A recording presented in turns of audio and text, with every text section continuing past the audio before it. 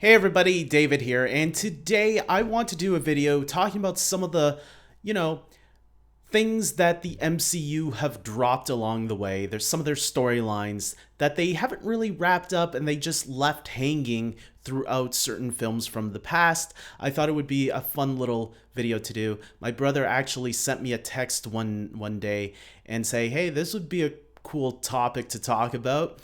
And it was a Reddit thread talking about all the things hanging around in the MCU. And I thought, okay, let me get this list out and let me touch on some of them, what I think will where we might see these storylines be picked up next, or if they should, or if they will, whatever.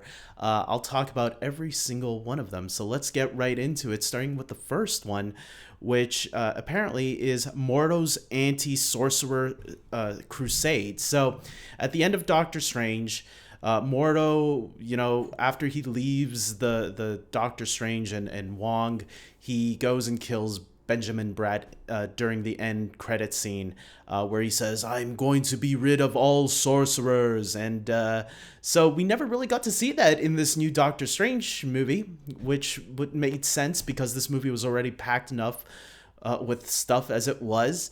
We did see a Mordo from an alternate universe, but he didn't seem very vengeful until maybe later on. I won't spoil anything, don't worry. So what happened to the Mordo that we know? Well, there was a line of dialogue in this movie that made me a little confused, where Doctor Strange, when him and the new girl, what's her name, America Chavez, run into this Mordo from an alternate Earth. They say, this is not my Mordo. My Mordo, he tried to kill me many times. And I'm like, wait a minute, when was this? When did that happen? That caught me a little bit off guard when I watched Doctor Strange in the Multiverse of Madness. So it did seem like a little throwaway line just for a joke. But at the same time, it did have me question, I don't think that ever happened.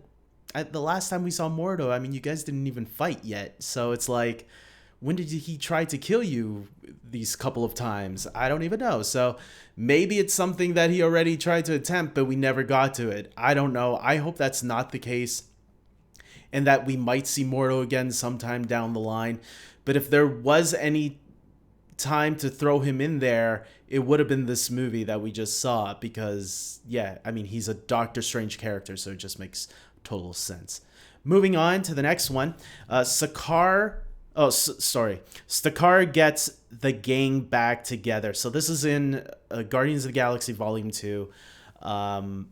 Sakaar is played by Sylvester Stallone in the Guardians of the Galaxy movies. And yes, at the end credits, we see him putting the original Guardians of the Galaxy from the comics together again. And I'll just say this. I believe we're getting Sylvester Stallone back in Guardians of the Galaxy 3, and he's supposed to have a slightly bigger role. Now, will the rest of the team that he assembled be returning in this next one? I don't know, but I would presume so. But if not, at least we know Sylvester Stallone is coming back in this next Guardians of the Galaxy movie. So, from what I remember hearing about anyways, I could be wrong on that. Don't take me as fact. Take it with a grain of salt. Moving on. I think I shall call him Adam. So this is also from Guardians of the Galaxy 2.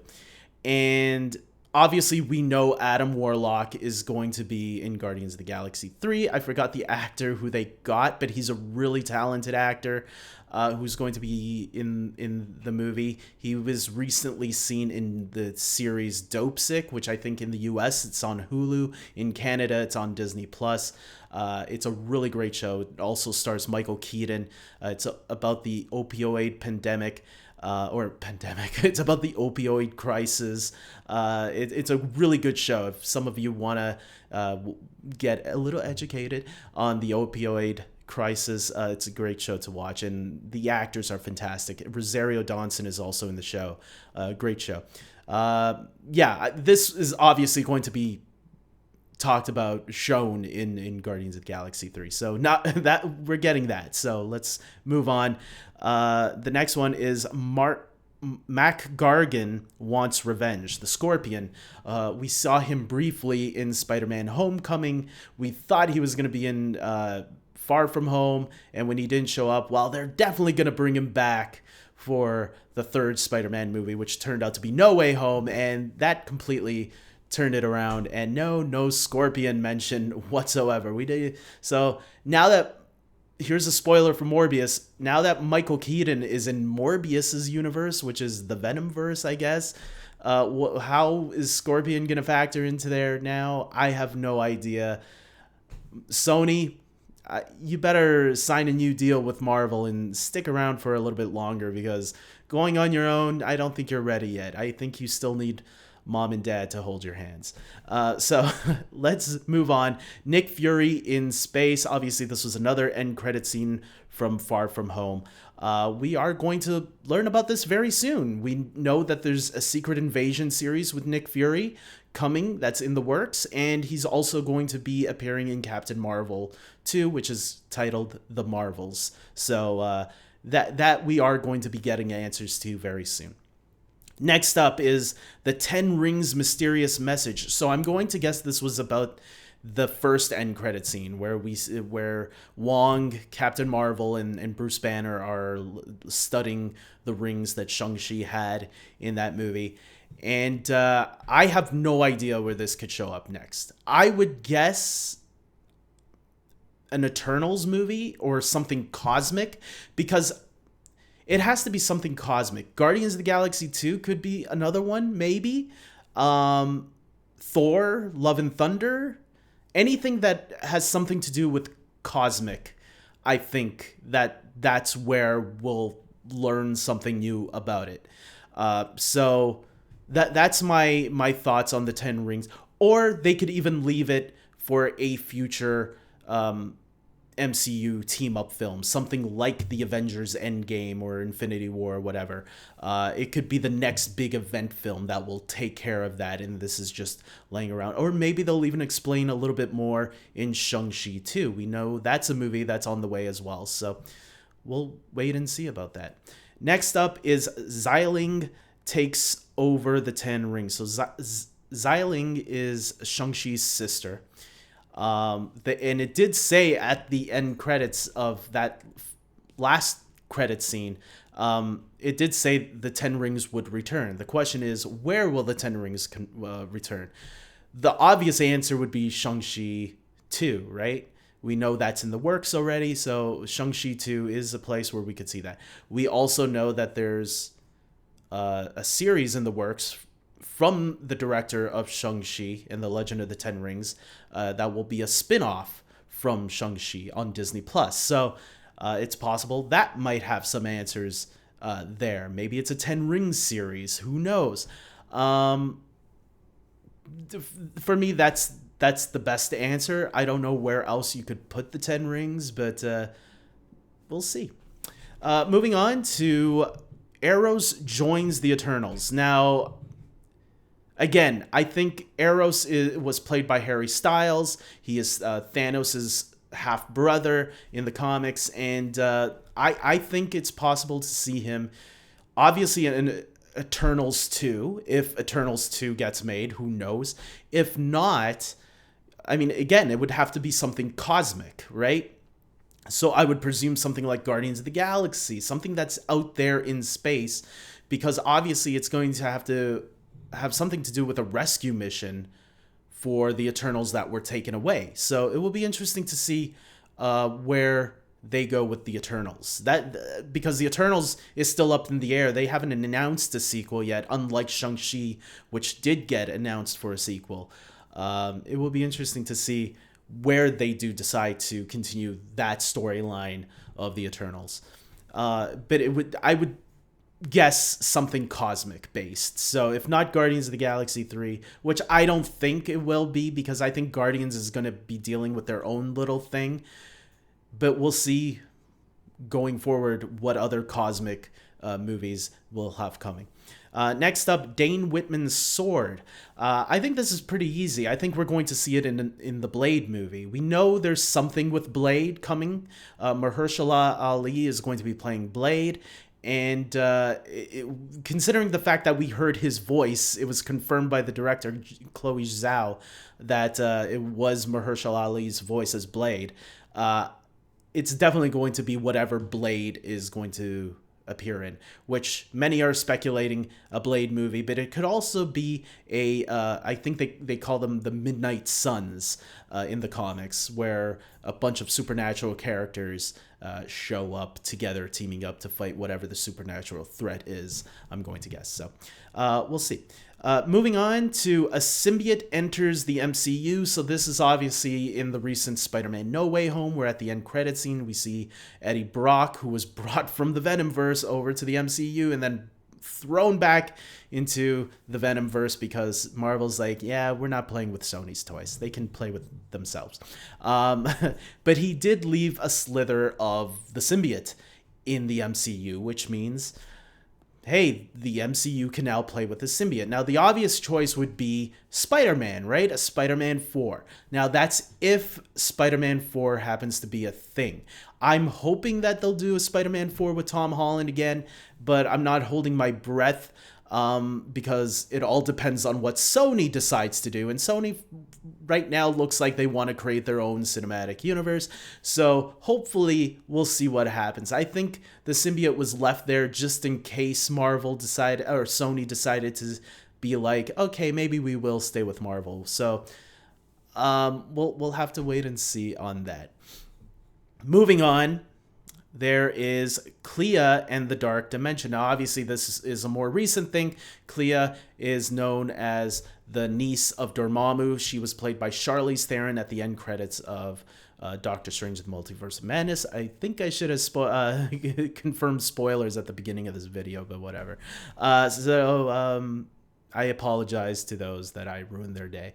So obviously, wherever we see Doctor Strange next, I'm going to guess will be the next time we see Clia as well, and get more of an explanation on her. It could be Doctor Strange 3. It could be the next big event film. We'll have to wait and see. Could even be Ant-Man and the Wasp: Quantumania. We know they're delving into the quantum realm, and that could go anywhere, so who knows. Next up, Vision's revival. Vision at the end of WandaVision, the real Vision, who was white, flew off, and that was the end of him at the end of WandaVision. The fake, or I don't want to call him the fake, but Vision Mark II was destroyed because he was a figment of Wanda's imagination. So the real Vision is out there.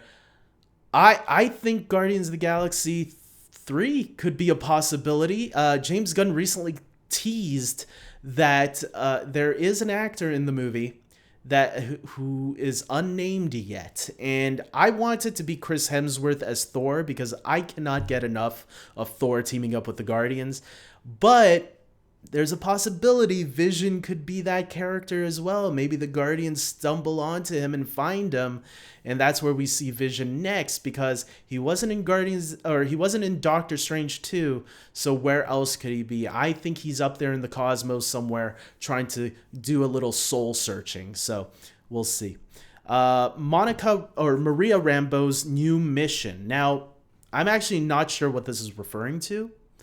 Maria Rambeau is the mother of Monica Rambeau, unless the new mission was her working for S.H.I.E.L.D. and then S.W.O.R.D. I don't know.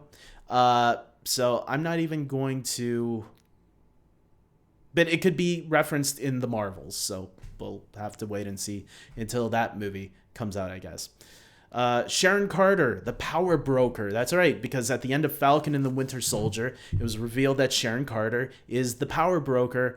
When will we see this resolved? Considering we got a Captain America 4 coming out in the near future, I'm going to think that it's going to be in Captain America 4. Simple as that. Or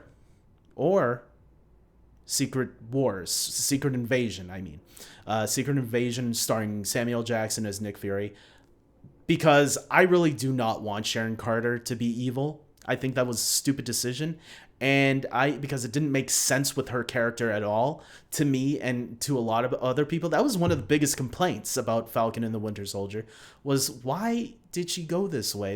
This makes no sense in who this character is. And I think they agree with that, and I hope that it turns out that she was actually a Skrull in Falcon and Winter Soldier the entire time, and we're going to learn that in Secret Invasion. If not, they better come up with a really good explanation in Captain America 4. Moving on, U.S. Agent.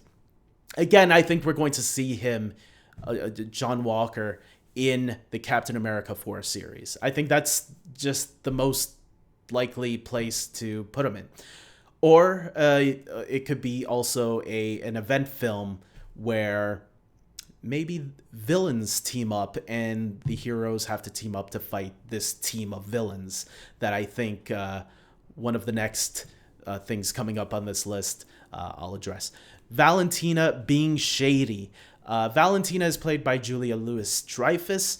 And yes, she plays Valentina, who has a very long name that I'm not even going to try to pronounce, but she is also known as Madam Hydra in the comics. I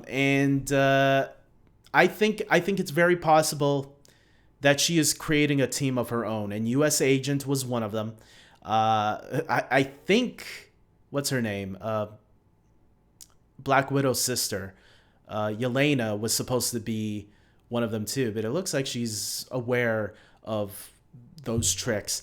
And it looks like she might be popping up in Black Panther, because apparently on the set of Black Panther, some people saw Julia Louis-Dreyfus there on the set of the new Black Panther movie coming out this November.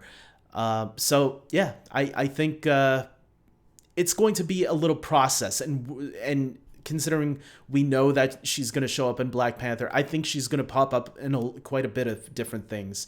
So to get us ready for whatever storyline they're going to play with this in.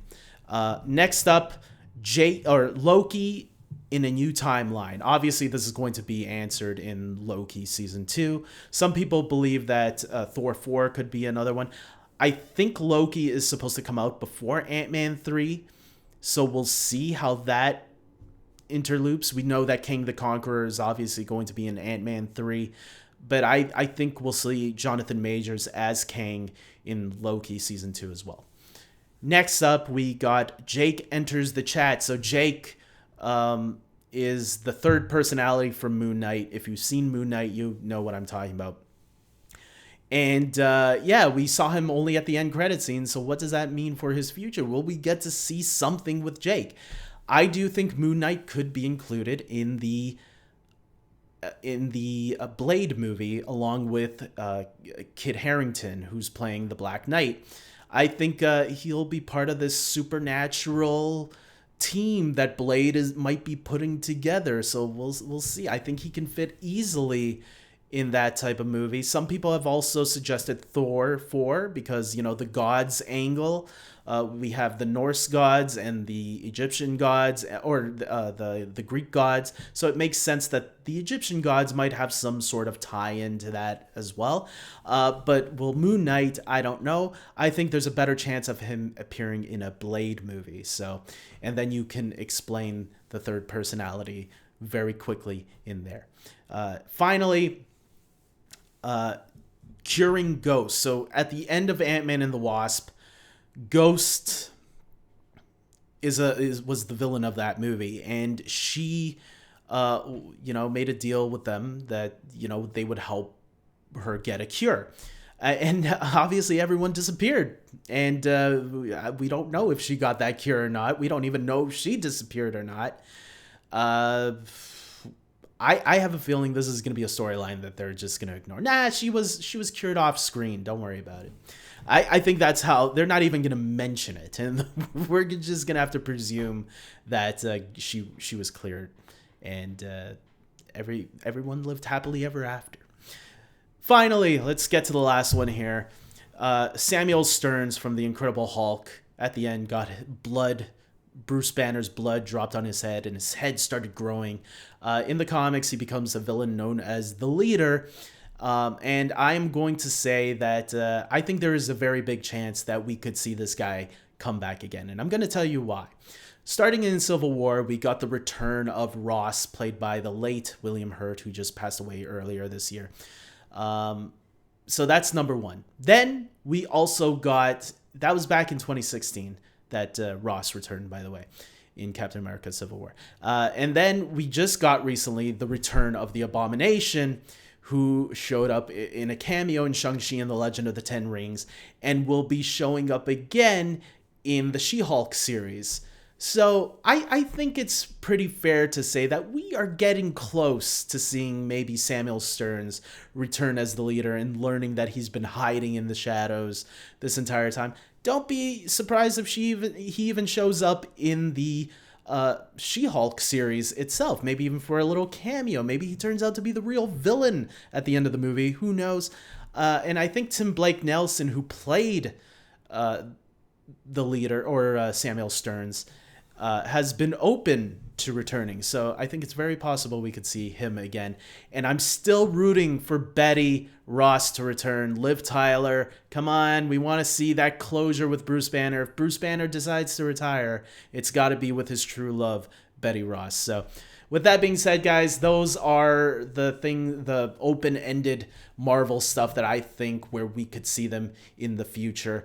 I could be wrong about this. Some of these could be ignored, but I mean, Marvel doesn't seem to ignore things all the time. So it seems like if it's out there, it could always come back. And I think they just proved it with the Abomination, with Tim Roth coming back as that character. Anything is possible. So with that being said, I hope you guys like this video. Please subscribe to my channel. Tell me your theories and thoughts in the comment section below. And with that being said, until next time, take care.